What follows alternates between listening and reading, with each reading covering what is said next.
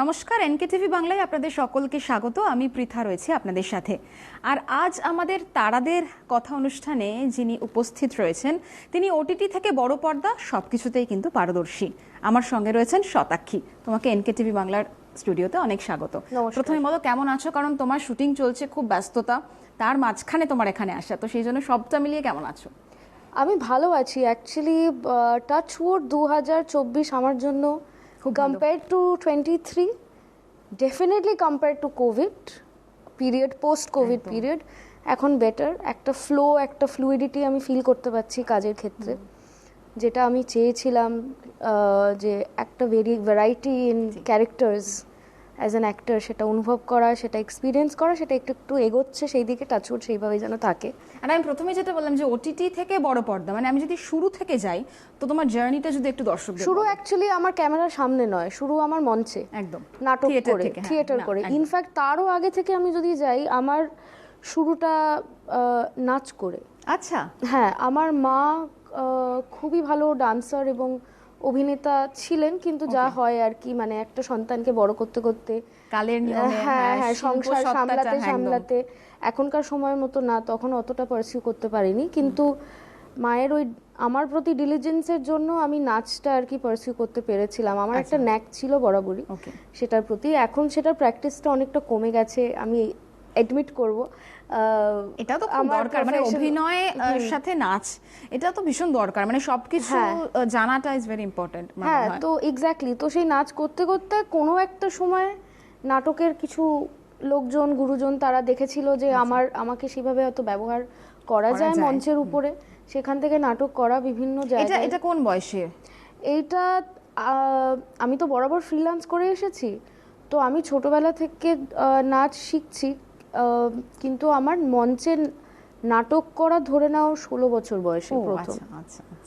তো সেখান থেকে আর কি আস্তে আস্তে স্টেজ থেকে ক্যামেরার সামনে। একদম প্রথম কাজ যেটা নিয়ে তোমার সাথে কথা হচ্ছিল, আমার কথা, সেটার এক্সপেরিয়েন্সটা তুমি যদি একটু বলো। খুবই ভালো, মানে শুরু থেকে কিভাবে এলো, তুমি নিজেকে কিভাবে প্রস্তুত করলে? ইনফ্যাক্ট ওটার যিনি পরিচালক তুহিনব মজুমদার, তিনি এফটিআইতে ডিরেকশন ডিপার্টমেন্টের এইচওডিও ছিলেন, এখন অন্য জায়গায় উনি পড়াচ্ছেন। তো উনিও আমাকে একটা নাটকেই দেখেন প্রথম। তো আমার কথা 2014-তে ন্যাশনাল অ্যাওয়ার্ড পায়েন বেস্ট ডকিউ ফিকশন। ওখানে ইনফ্যাক্ট বিখ্যাত অভিনেত্রী, উনি আর নেই আমাদের সঙ্গে, ওনার নাম মায়া ঘোষ। তো মায়াদির সঙ্গে আমার প্রথম কাজ করার অভিজ্ঞতা হয়, মানে প্রথম কাজই ওনার মতো একজন ক্যামেরার সামনে। হ্যাঁ, তো এটা মানে একটা প্রিভিলেজই আমি বলবো। আমি তো এটা আমার কাছে চলে এলো, এই কাজটা আমার কাছে চলে এলো। তো আমি তুহিনবদা আমাকে দেখেন। এবার উনি তার আগে আরো অন্য কাজ করেছিলেন যেগুলো বিদেশে ফেস্টিভ্যালে সম্মানিত হয়। তো তারপরে আমি আমার কথা করি, যেটা নটি বিনোদিনীর ছেলেবেলার যে চরিত্রটা। হ্যাঁ, নটি বিনোদিনীর অটোবায়োগ্রাফি আমার কথা। তো উনি ডকিউ ফিকশন উনি চুজ করেছিলেন কারণ বিনোদিনীর বড় হয়ে ওঠা, ওর যে বাড়ি, ওনার যে পুরো জার্নি, উনি যে বিনোদিনী স্টার হয়ে উঠলেন, তার সাথে কলকাতার তো আর্কিটেকচারের একটা কানেকশন আছে, কারণ পুরনো উত্তর কলকাতায় তার বাড়ি, তারপরে স্টার থিয়েটার যেটা ওনার নামে হওয়ার কথা ছিল, তো সেইটাও একটা লোকেশন উত্তর কলকাতায়। তো সেই জায়গাগুলো কভার করতে করতে বিনোদিনীর ছোট হওয়া থেকে বড় হওয়া এবং এটা বিভিন্ন পড়াশোনারও প্রয়োজন, নিজেকে প্রস্তুত করা, মানে চরিত্রের মধ্যে নিজেকে সেই জায়গায় নিয়ে যাওয়া, এটা তো একটা খুব প্রস্তুতি ছিল নিশ্চয়ই। তখন আমি আর বুঝতে পারিনি অতটা যে আমি কতটা প্রস্তুতি নিচ্ছি, কতটা নেওয়া দরকার। আমার বয়স তখন 20। হ্যাঁ, আমি খুব একটা 20-21, আমি খুব একটা মানে বুঝতে পারিনি। আমি নিজের ইনস্টিংক্টের সাথে গেছি। আমি পারফর্ম করতে খুবই ভালোবাসতাম, এখনো বাসি। তো ওই বিনোদিনী ছোটবেলার পোর্শনগুলোই মানে বেশিরভাগটা আমি করেছি। খুবই ইন্টারেস্টিংলি উনি অল্টারনেটিভলি শিফট করেছেন বিনোদিনীর হিসেবে। আমরা বিনোদিনী হয়ে আমরা কাজগুলো, অভিনয়টা, পারফরমেন্সটা করেছি। তার সাথে সাথে শতাক্ষী অ্যাজ অ্যান অ্যাক্ট্রেসকেও তিনি আলাদা অন রিয়েল স্পেস সেটাও উনি তুলে ধরেছিলেন। তো এইটা আমার জন্য অবভিয়াসলি খুব দারুণ একটা এক্সপিরিয়েন্স। তখন যখন করেছি আমি জাস্ট উইথ দ্য ফ্লো আমি কাজটা করে গেছি। তার কিছু বছর বাদে আমি যখন এখন ওটা মনে করার চেষ্টা করি, আচ্ছা, এখন কি মনে হয় যে এই জায়গাটা আরো মানে অন্যরকম হলে ভালো হতো? মানে যত এগোই আমরা, যত কাজ করি, তত তো আমরা অনেক কিছু শিখি। তো পেছন ফিরে তাকালে কোথাও মনে হয় যে এই সপ্তাহ হয়তো এভাবে দিলে আরো একটু ভালো হতো? আসলে ওটা এত আগে হয়েছে তো, তুমি যদি আমাকে বলো 3-4 বছর আগে বা 2-3 বছর আগে যে কাজগুলো করেছি, ওটা আরো আমার ফ্রেশ মেমোরিতে। তখন সেগুলো হ্যাঁ হয়তো কয়েকটা কাজ আমার মনেই হয় যে এইভাবে করলে হয়তো বেটার হতো। বা এখন এই সময় দাঁড়িয়ে খানিকটা লাইফ এক্সপিরিয়েন্স, মানে 2 বছরেও আমরা অনেকটা বড় হয়ে যাই, 1 বছরেও আমরা অনেকটা বড় হয়ে যাই। তো সেই এক্সপিরিয়েন্সটা নিয়ে হয়তো আমি একটা অন্যরকম ভাবে ইন্টারপ্রেট করতাম। আমরা কাজ শিখতে শিখতে অনেক কিছু শিখি, শেখার তো কখনো শেষ হয় না। আর এরপরে যদি আমি আসি ওয়ান টেক ফিল্ম, যেটা তুমি আমায় গল্প করছিলে, সেটাও তো খুব টাফ ছিল বলে আমার মনে হয়। ওটার জন্য আমরা 1 মাস, ওটা আশিস অভিকুণ্ঠকে রতি চক্রবর্তী, ওটা বিদেশে বিভিন্ন বিখ্যাত ফেস্টিভ্যালে সম্মানিত হয়েছে, স্ক্রিনিং হয়েছে। সেই অর্থে একটা মেইন স্ট্রিম ছবিতে, মানে ওটা কি বলবো, মানে মেইন স্ট্রিম ছবির মধ্যে যে একটা রিলেটেবিলিটি রয়েছে, যেটা আমিও খুব পছন্দ করি। কারণ আমার ছোটবেলা হচ্ছে টিকিট কেটে হলে গিয়ে সিঙ্গেল স্ক্রিনে সিনেমা দেখা, তো সিঙ্গেল স্ক্রিন সেভাবে দেখাই যায় না, একদমই নেই। তো সেটা হচ্ছে ছবির প্রতি আমার আকর্ষণ, সিনেমা দেখা মা বাবার সাথে, সেটাই প্রথম। কিন্তু এই ছবিটার জন্য যথেষ্ট খাটতে হয়েছে। 1 মাস আমরা ওয়ার্কশপ করেছি। একটা 90 মিনিটের ছবি, সেটা একটা 1 রাউন্ড ট্রলি টেক, ইট ওয়াজ আ 1 টেক ফিল্ম, কিন্তু ওটা একটা পুরো একটা ন্যারেটিভ, একটা গল্প। তো আমার কথা করার পরে আমি এই ছবিটা করি। তো সেটা তো আমি তো মানে ওয়ার্কশপ হলেও ওয়ান টেক ফিল্ম তো খুব কঠিন, মানে একবার। হ্যাঁ, আমার মনে আছে আমরা উত্তর কলকাতায় লাটুবাবু ছাটুবাবুর বাড়িতে শুট করেছিলাম। যেহেতু ওইটা মানে আমরা সবাই বিয়ের পোশাকে ছিলাম এবং সদ্য বিবাহিত সব কাপল আমরা নিয়ে একটা পুরো গল্প। এবং সেটা আমার মনে আছে, ওখানে আমরা 1 মাস রিহার্সাল করেছিলাম, আমরা 2 দিন শুট করেছিলাম। আচ্ছা, 2 টেক, মানে 1 take is the whole film. Okay. তো প্রথম দিন 2 টেক, সেকেন্ড দিন 2 টেক। হ্যাঁ, তো এইভাবে আমরা শুট করেছিলাম, কিন্তু প্রচুর মজা করেছি। মানে 13, 14, 15, 16 জন মতো লোক, আমি যদি ইউনিট নিয়েও ভাবি, সেখানে আমরা এতজন মিলে একসাথে কাজ করছি, রিহার্স করছি, চরিত্রটা তৈরি করছি, তারপর পারফর্ম করছি। তো হ্যাঁ, টাফ, খুব একটা টাফ মনে হয়নি তখন কাজ করতে করতে। খাটুনি তো ছিল অবভিয়াসলি, কিন্তু যেহেতু একসাথে সবাই মিলে কাজটা করেছি, আনন্দটা বেশি হয়েছে। কিন্তু তারপরেই আমি বলছি, তারপর একটা ব্রেক, তাই তো, মানে দীর্ঘদিনের একটা ব্রেক, এবং তারপরে যে তোমার কামব্যাক, সেটা একটা জনপ্রিয় ওটিটি প্ল্যাটফর্ম এবং সেখানে কাজ করা। তো এই ব্রেকের পরে যখন তুমি ফিরে এলে, তখন কি খানিকটা মনে হলো একটু অসুবিধা লাগছিল? কারণ এই ব্রেকের সময়ও তোমার যে অ্যাক্টিভিটি, সেগুলো ভীষণ ইন্টারেস্টিং, মার্শাল আর্ট ছিল, বিভিন্ন নাচ ছিল। হ্যাঁ, তো সেই জায়গা থেকে আবার অভিনয় ফিরে আসা, এইটা একটু বলো। এবং হইচইয়ের মতো ওটিটি প্ল্যাটফর্ম। হ্যাঁ, আসলে আমি তখন না ব্রেক হিসেবে ভাবিনি, কারণ এখন বলা যায় আমি যেহেতু মেইন স্ট্রিম মধ্যে একটু একটু করে কাজ করছি, এখনো ক্যামেরার সামনে থেকে কাজ করা হয়তো বেশ কিছু বছর হয়ে গেছে, কিন্তু স্টিল একটা যেই এস্টাবলিশড, মানে কি বলবো, যেই গতিতে যাওয়ার আমরা সবাই চেষ্টা করি, সেই দিকে হয়তো আমি এখনো কিছু কিছু ক্ষেত্রে নতুন ইন দ্য মেইন স্ট্রিম। তো এখন সেটা মানে প্রচণ্ড একটা ডেফিনেট স্পেসে ঢুকে গেছে, that yes I am an actor, এবং আমাকে এটা করে যেতে হবে, আমি এই এই ধরনের চরিত্র করতে চাই, এবং সেটার জন্য যা যা দরকার প্রস্তুতি নেওয়া, সেগুলোর দিকে আরও এগিয়ে যাওয়া। তখন যে সময় আমি গিয়েছিলাম 2014 সালে, তখন আমি অত ভাবিনি, কারণ তখন I was still going with the flow. আমি যেহেতু তখন নাটকও করতাম, আমার জন্য ট্রেনে উঠে জাস্ট কোথাও একটা চলে যাওয়া খুব একটা কঠিন ছিল না। তো আমি নাটকও সেভাবেই করতাম। আমরা সবাই, মানে আমি ওই দিক থেকে খুবই কৃতজ্ঞ যাদের সঙ্গে আমি নাটক করেছি, যে আমাকে তারা ভারতবর্ষে বিভিন্ন জায়গায়, বিভিন্ন গ্রামে, মফস্বলে, শহরে গিয়ে, আমরা অ্যাকচুয়ালি ইন্ডিয়াতে, কান্ট্রিতে আমরা মানুষজন কিরকম, চেনার জীবনটা কিরকম, জীবন কিরকম অনেকটা। হ্যাঁ, আমি নিজে হয়তো মধ্যবিত্ত পরিবেশে বড় হয়ে আমার একটা প্রিভিলেজ আছে, এবং এটাও কোথাও গিয়ে একটা আমার অপরচুনিটি যে আমি এটা এই অভিজ্ঞতাটা আমি এক্সপিরিয়েন্স, মানে এই অভিজ্ঞতাটা আমি নিতে পেরেছি। তো ওরকমও তাদের সঙ্গে আমি ট্রেনে উঠে বিভিন্ন শো করার, সেটার মধ্যে না একটা এড্রিনালিন রাশ আছে মারাত্মক। সেই এড্রিনালিন রাশটা আমি ভীষণ পছন্দ করি। তো 2014-তে আমি একটা মুভমেন্ট আর্টস কোম্পানি, সেটা ভারতবর্ষের one of the well known art gallery centre for movement arts, ওখানে প্রফেশনালি ট্রেন করায় লোকজন টু বিকাম ডান্সার্স। ওকে। তো আমি সেখানে ফুল স্কলারশিপ পেয়ে যাই। আচ্ছা। এবং আমার জন্য মানে আমি তখনও সেরকম একজন মানুষ ছিলাম যে আমি একটা জায়গায় বেশিক্ষণ থাকতে পারতাম না, বেশি দিন থাকতে পারতাম না, কারণ ততক্ষণ আমার অভ্যেস হয়ে গেছে বিভিন্ন জায়গায় যাওয়া, হ্যাঁ, পারফর্ম করা, চলে আসা। ওইটা ছিল সব থেকে লম্বা অ্যাকচুয়ালি যাওয়াটা। আমি 2014-তে যাই ব্যাঙ্গালোর, 1 বছর ছিলাম, এবং সেটা still one of my best experience. তারপরে এই যে হইচইতে কেবিন গার্ড, এইটার অফারটা কিভাবে পেলে বা কিভাবে তোমার চরিত্রটার প্রস্তুতি? Like I was saying 2014 to 2017 and 18 beginning, মানে প্রায় 3-3.5 বছরের একটা গ্যাপ। 3-3.5 বছর আমি ব্যাঙ্গালোর, চেন্নাই এন্ড কেরালা বিভিন্ন জায়গায় বিভিন্ন অপূর্ব মানুষজন যারা শারীরিক চর্চা, ফিজিক্যাল, মার্শাল আর্টস ইত্যাদি বিভিন্ন জিনিস নিয়ে কাজ করছে, থিয়েটার নিয়ে কাজ করছে, তাদের সঙ্গে আমি কাজ করেছি। তখন আমি পুরো ট্রাভেলার মোডে ছিলাম। আচ্ছা। তারপরে আমি কলকাতায় আসি এবং সুদীপ্ত রয়ের ক্যাবিন গার্ডে আমি কাজ করি। তখন হইচইয়ের জন্য ওটা একটা আমার অডিশন হয় ওদের অফিসে।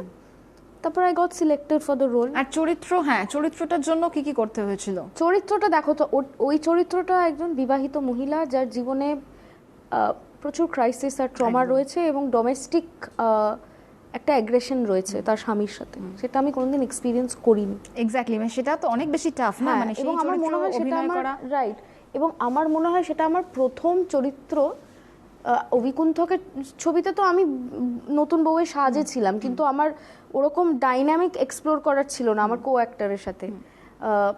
এই ডোমেস্টিক অ্যাগ্রেশন, এই যে প্রবলেমগুলো, ক্রাইসিসটা এবং ফ্রাস্ট্রেশনটা, একাকিত্ব, এগুলো আমি প্রথম ওই চরিত্রের সাথে আমি এক্সপ্লোর করতে পারি। তো ওইটাও আমি যে প্রচুর ভেবেছি সেটা নয়, ওই ফ্লো এর মতোই, মানে শুনে স্ক্রিপ্ট শুনে পড়ে। আরেকটা হচ্ছে মানে আমি চেষ্টা করি, আমার মনে হয় আমি সেই চরিত্রের ক্ষেত্রে আমি চেষ্টা করেছিলাম যে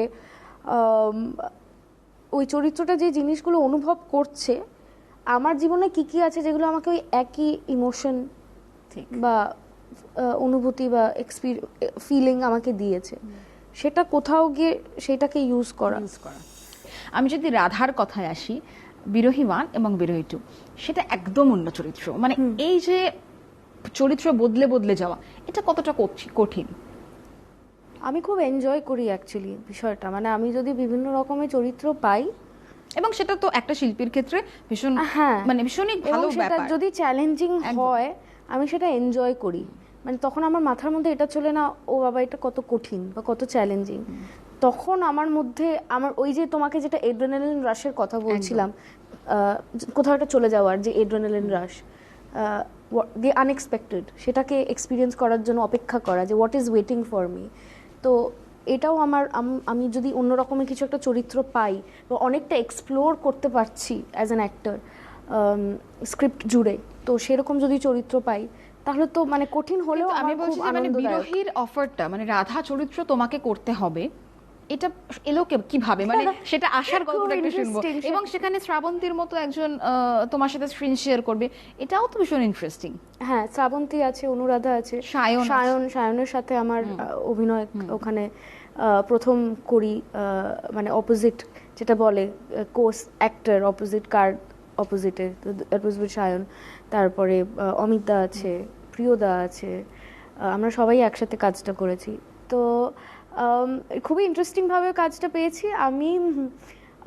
আমার মানে সাত্তকীদা, যিনি আর কি মিউজিশিয়ান অলসো বিরোহীর, তাদেরই একটা কনসার্টে আমি লাইট ডিজাইন করছিলাম। আচ্ছা, ওকে। সবাই জানে তখন আমি যে অভিনয়ও করি, কিন্তু আমি যে স্টেজেরও একটা মেয়ে, তো আমি লাইট অপারেট টেকনিক্যালি অত ভালো করতে পারি না, সেটা করতে হ্যাঁ অত ভালো পারি না, কিন্তু আমার আলো নিয়ে মানে এই খেলাটা আমার ভালো লাগে। তো আমি ওনার জন্য আমি বলেছিলাম হেল্প করব লাইট ডিজাইন করার জন্য। সে একই অনুষ্ঠানে প্রদীপ্তদার একটা ডকুমেন্টারি স্ক্রিন করানো হয়, তো উনি ছিলেন। তো উনি আমায় দেখে বলেন যে আমি চাই যে তুমি একটা চরিত্রের জন্য অডিশন করো। কি কাজ, কি প্রজেক্ট, কি বৃত্তান্ত আমি কিছুই জানি না। আমি জাস্ট অডিশনটা দিলাম, তারপর আমি কদিন বাদে জানতে পারলাম যে আমাকে Selected.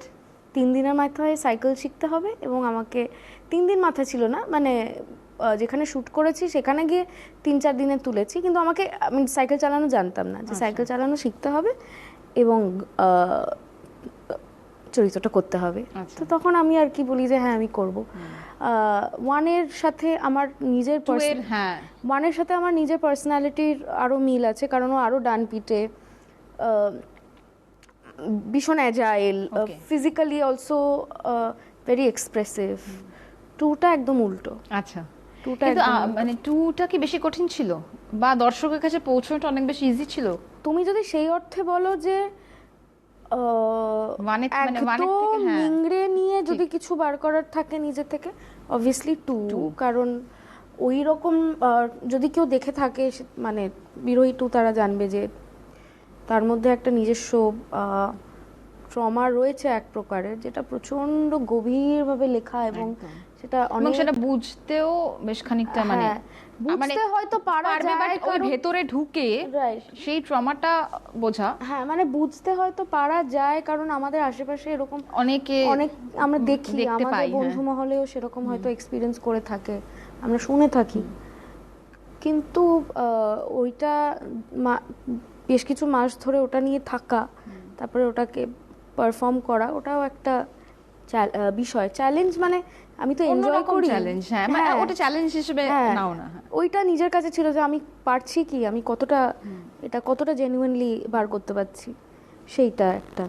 আর তারপরে তো ঝালাগান পালাগান, তো সেটা আবার অন্যরকম। মানে আমি বলছি যে এই যে ট্রান্সফরমেশন, একটার পর একটা এবং নিজেকে ভাঙতে গড়তে যাওয়া, কারণ একটা চরিত্রে তো নিজেকে সেই জায়গায় নিতে গেলে তো প্রচুর না ভাবলেও, না পড়াশোনা, মানে বেসিক তো কিছু জানতে হয় সেই চরিত্রটা সম্বন্ধে। তো এরপরেই ঝালাগান পালাগান, তারপর অথৈ হিড়িম্বের কথা, তো সবটা মিলিয়ে এই যে ট্রান্সফরমেশন, এইটা আমাকে তুমি যদি একটু বলো, একটার পর একটা চরিত্র পাল্টাতে যাচ্ছে। ঝালাগান পালাগান একদম কবিগান তর্জাগানের যেরকম পালা হয়, মানে আগেকার দিন হ্যাঁ হতো, এখন এই আরবান লাইফে আমরা সেটা অত এক্সপিরিয়েন্স করতে পারি না। আমিও ছোটবেলায় কোনোদিন চোখের সামনে তরজা গান দেখিনি, আমার মা দেখেছে, ভিডিও গেলে, ইউটিউবে গেলে আমরা দেখতে পাই। এটা একটা ফোক ফর্ম যেটা অনেকটাই ডিমিনিশ হয়ে যাচ্ছে আস্তে আস্তে। তো সেইটা আমি সেটা মানে একদম কবজি ডুবিয়ে, যখন কেউ খাবার খায় একদম কবজি ডুবিয়ে আমি ওর কি খুব আনন্দ নিয়ে কাজ করেছি, কারণ ওটা হচ্ছে নাচ গান লাফাঝাপি, পুরো ফুল অন এক্সপ্রেস করে নিজেকে ওটা করা। তো ওইটা করেছি। অথৈ হিড়িম্ব কথা হচ্ছে, আমি একটা নাটক করেছিলাম 1-1.5 বছর ধরে সমূহ বলে একটি দলের সাথে, তারা খুব ইন্টারেস্টিং কাজ করছে। তো তাদের সেখানে আমি হিড়িম্বা চরিত্রটা করতাম, সেটাও একটা যাত্রা ফরম্যাট থেকে অনেকটা ইন্সপায়ার্ড হয়ে তার সাথেও কিছু আধুনিক চিন্তাধারা মিলিয়ে কাজ করা। তারপরে তো নিজের নাটক দিকে আমি চলে যাই, নাটকে চলে যাও। কিন্তু যেটা বিষয়ে কথা না বললেই নয়, সেটা হচ্ছে ইন্দু পার্ট 1 এবং ইন্দু পার্ট 2, সেটা আবার ডিফারেন্ট ক্যারেক্টার। সেটা কিভাবে এলো? একইভাবে কি মানে না, আমাকে মানে যারা ইন্দু ক্রিয়েট করেছেন তারা অ্যাপ্রোচ করেছিল এই চরিত্রটার জন্য। আচ্ছা, চরিত্রটা পেয়ে প্রথম স্ক্রিপ্টটা পড়ে কি মনে হলো? এক হচ্ছে দেখ, আমি মানে আমার যেটা ভালো লেগেছে চরিত্রটার ব্যাপারে, সেটা হচ্ছে যে একটি মহিলা, সে একটা বাড়িতে এরকম একটা বনিদি পরিবারে কাজ করে, কিন্তু তার কিছু কোয়ার্কস আছে, কিছু ফ্যাসিনেশন আছে। মানে সে চুরি করে, এবং চুরি করাটা কোথাও গিয়ে ইন্দুর গোয়েন্দাগিরির দিকে কন্ট্রিবিউট করে ফেলে। ঠিক, সেইটা আমার ইন্টারেস্টিং লেগেছে। আমাকে অনেকেও জিজ্ঞেস করেছে তারপরে যে এই যে পরিচারিকার একটা চরিত্র, তার সঙ্গে অনেক রকমের স্টিরিওটাইপ জড়িয়ে থাকে। আমরা জানি ইন্ডাস্ট্রিতে কেন কাউকে একজন পরিচারিকা হিসেবে কাস্ট করা হয়, সেটা ফিজিক্যাল অ্যাপিয়ারেন্স থেকে আরম্ভ করে, গায়ের রং থেকে আরম্ভ করে অনেক কিছুর সঙ্গে কানেক্টেড। কিন্তু আমার এই স্ক্রিপ্টটা, এই গল্পের ক্ষেত্রে, ইন্দুর ক্ষেত্রে আমার মনে হয়েছে সুন্দরী চরিত্রটা শুধু ওইটা নয়, একদমই তাই। সেটা 1 থেকে 2 এর যে হ্যাঁ, আর এবার মানে এই যে একটা দিকে যাচ্ছে চরিত্রটা, যেভাবে খুব আমার মনে হচ্ছে বেশ ইন্টারেস্টিং একটা চরিত্র, ক্রমাগত অনেক কিছু কন্ট্রিবিউট করছে সে গল্পের প্রতি। তো ওইটাই আমার খুব ভালো লেগেছিল, যে এই যে গোটা স্ক্রিপ্টে যারা যারা সে চরিত্র আছে সব থেকে কম প্রিভিলেজড যদি ইকোনমিক্যালি ওয়াইজ আমরা ধরি, এ সুন্দরী। একদম। কিন্তু সুন্দরী আবার নানান রকমভাবে গোয়েন্দাগিরির দিকে কন্ট্রিবিউট করতে আরম্ভ করে দেয়। এটা কিন্তু বাস্তব জীবনেও যদি সেভাবে দেখা যায় পেতে পারি, বাট ওইভাবে কিন্তু আমরা দেখি না বা দেখা যায় না। অনেক কিছু কন্ট্রিবিউট, অনেক কিছু শেখায়, একটা তো জিনিস তো অনেক কিছু শেখায় দর্শকদের। তো এটা এই চরিত্রটা বোধহয় সেরকমই একটা চরিত্র, এবং আমার পার্সোনালিটির থেকে একদম আলাদা, একদমই আলাদা। আমি যেহেতু আমার জন্য সেইটাই খুব ইম্পর্টেন্ট, আমি কোনো রকমের স্টিরিওটাইপের মধ্যে ঢুকতে চাই না, ঢুকবো না, সেটার জন্য অনেক কাজ না করতে হয় এবং বাড়িতে বসে থাকতে হয়। তারপর না কাজ, তারপর অন্য কাজ আসে। হ্যাঁ, এবং আরেকটা বিষয় যে কোনো ধরনের চরিত্র করতে করতে তো শেখা যায়। আমি যেটা প্রথমেই বললাম যে শেখার কোনো শেষ নেই। সুন্দরীও যে কোথাও গিয়ে কন্ট্রিবিউট করছে, সুন্দরী করার কারণ হচ্ছে যে ভীষণ অন্যরকম চরিত্র আগে আমি কোনোদিন করিনি, তাই আমি করব, এটাই হচ্ছে আমার। আচ্ছা, লাইন আপ কি রয়েছে? তুমি তো খুব ব্যস্ত, শুটিং চলছে, তো ডিসেম্বরে তুমি কাল্পনিকে, আমার যেটা নিয়ে তোমার সাথে আর কি আমার আলোচনা হচ্ছিল, out of the studio out of the camera কথা হচ্ছিল, একটা যে ছবিটা নিয়ে আমি খুবই এক্সাইটেড, কাল্পনিক বলে একটি ছবি। আমরা অনেকে মিলে, এটা একটি স্বাধীন ছবি, ইন্ডিপেন্ডেন্ট ছবি, অর্ক মুখার্জির ডিরেকশন। এটা আমরা একটা ফিচার ফিল্ম, এটা আমরা অনেকে মিলে একসাথে কাজ করেছি। এখানে ইনফ্যাক্ট আমি একটা সাংবাদিকের চরিত্রে অভিনয় করেছি। কেমন লাগলো সাংবাদিকের চরিত্রে অভিনয় করে? খুবই ইন্টারেস্টিং। আমার মনে হয়েছে যে কোনো মানুষ যে তার প্যাশনটা ফলো করে এবং সেটার দিকে আরো ঘুনিয়ে ঘুনিয়ে যখন এগিয়ে যায়, কিছু একটা খুঁজে পাওয়ার চেষ্টা করে, সেটা যে কোনো প্রফেশন আমরা পাই, সেটা আমার মনে হয়েছে একজন জার্নালিস্ট যে ডেডিকেটেডলি নিজের কাজ করতে চায় তার প্রফেশনেও সেটা রয়েছে। তো এই চরিত্রটা আমি যেটা করেছি কাল্পনিকে, আমি প্রচুর ডিটেলস বলতে পারবো না, কারণ আস্তে আস্তে এটা ক্রমাগত প্রকাশ্যে আসবে, তখন লোকজন আরো দেখতে পাবে, তখন আমি আরো শেয়ার করতে পারবো। তো এই কাল্পনিক ছবিটা সেটা নিয়ে। আর পিঞ্জর হচ্ছে রুদ্রজিৎ রায়ের ছবি, ওটাও একটি ইন্ডিপেন্ডেন্ট ফিল্ম, ওটাও একদম আমি কাল্পনিকে মৈথিলি যে চরিত্রটা করেছি তার থেকে একদম আলাদা। এখানে আবার তোমাকে আমরা কিভাবে দেখতে পাবো? খুব একটা কিছু বলতে পারবো না, কিন্তু আমি এইটুকু বলতে পারি যে টেম্পারামেন্ট ওয়াইজ একদম আলাদা। একটা নরম সফটনেস এক ধরনের আছে, যেটা আমি খুব কম এক্সপ্লোর করতে পেরেছি, তো সেটা আমি দেখতে পাবো। কাল্পনিক on the other hand is someone whose, আমি হয়তো প্রচুর ডিটেলস এখন দিতে পারবো না obviously because of spoilers and everything, but তার মধ্যে সে চরিত্রের মধ্যে এক ধরনের ডিটারমিনেশন রয়েছে, সেইটা আমি এক্সপ্লোর করতে পেরেছি। আর সব থেকে ভালো হচ্ছে যে একটা ইন্ডিপেন্ডেন্ট ছবি এত মানুষ মিলে খুব প্যাশনেটলি ফোকাসডভাবে আমরা কাজটা তৈরি করেছি এবং বিশ্বাস করে কাজটা করেছি, এবং সেটার মধ্যে শুধুমাত্র শুটিং করছি, এটা আমার সাস্টেনেন্স বলে আমি করছি সেটা নয়, একদমই নয়। আমাদের ওই প্রচেষ্টাটা এখনো মানে ওইটা রয়েছে যে কাল্পনিক ছবিটা যদি আরো এই যে আস্তে আস্তে লোকজনের কাছে নিয়ে যাওয়া, কিভাবে এটা বিভিন্ন মানুষের কাছে পৌঁছে যাওয়া, ওটা এখন আমি যতদূর জানি ফেস্টিভ্যালসে আগে যাবে, যেখানে ফেস্টিভ্যালসে দেখানো হবে সেখানে যাবে, তারপরে বোঝা যাবে যে আরো কিভাবে এটা মানুষের কাছে পৌঁছবে। একটু জানতে চাই, আমরা একদম শেষের পর্যায়ে চলে এসেছি, সেটা হচ্ছে নাটক করে অভিনয় আসা। এটাই আমরা দেখে এসেছি যে নাটক প্রথমে মঞ্চে এবং তারপরে অভিনয় আসা, অভিনেত্রী হোক বা অভিনেতা, কিন্তু এখন অনেকে দেখা যায় যে বিভিন্ন ওয়ার্কশপ হয়, তাতে অভিনয়ে চলে আসা বা ওটিটিতে পারফর্ম করা।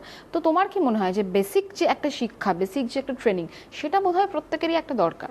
কারণ ভীষণভাবে কমপ্লেন আসে, কিছুদিন আগেও আমাদের স্টুডিও অতিথি এসেছেন, তিনি বলছেন যে এখন অভিনয়টা ভীষণ ইজি হয়ে গেছে, মানে নাটক থেকে নাটকে প্রপার মঞ্চে অভিনয় করে বড় পর্দা বা ছোট পর্দা যাই হোক সেখানে আসাটা যতটা মানে ঠিকঠাক, এখন সেই জায়গাটা নেই, আস্তে আস্তে কমতে শুরু করেছে। আসলে কি বলতো, আমি যারা আমার থেকে বয়সে আরো বেশি, মানে বয়স বলবো না, that's the wrong word, life experience বা Senior, কাজের senior, কাজে, এক্সপিরিয়েন্স হ্যাঁ, থেকে আরো অভিজ্ঞতার দিক বেশি, থেকে, হ্যাঁ। তাদের বেশি অভিজ্ঞতা, তারা হয়তো এটা আরো গুছিয়ে ব্যাখ্যা করে বলতে পারবেন। কিন্তু আমার যেটা মনে হয় যে থিয়েটারে বা স্টেজে যে অভিনয় করার ধরন, যাতে একদম শেষ অবধি মানুষ যে দেখছে একদম। সে শুনতে পায়, দেখতে পায়, ফিল করতে ফিল পারে করতে পুরোটা। পায়, সেটা এক প্রকারের। আর ক্যামেরার সামনে অভিনয় করাটা আরেক প্রকারের। একদম।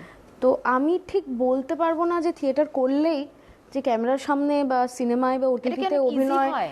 করাটা ভালো হবে কিনা, এরকমও তো হতে পারে যে খুব এক্সাজারেটেড মনে হচ্ছে ওকে। ক্যামেরার সামনে।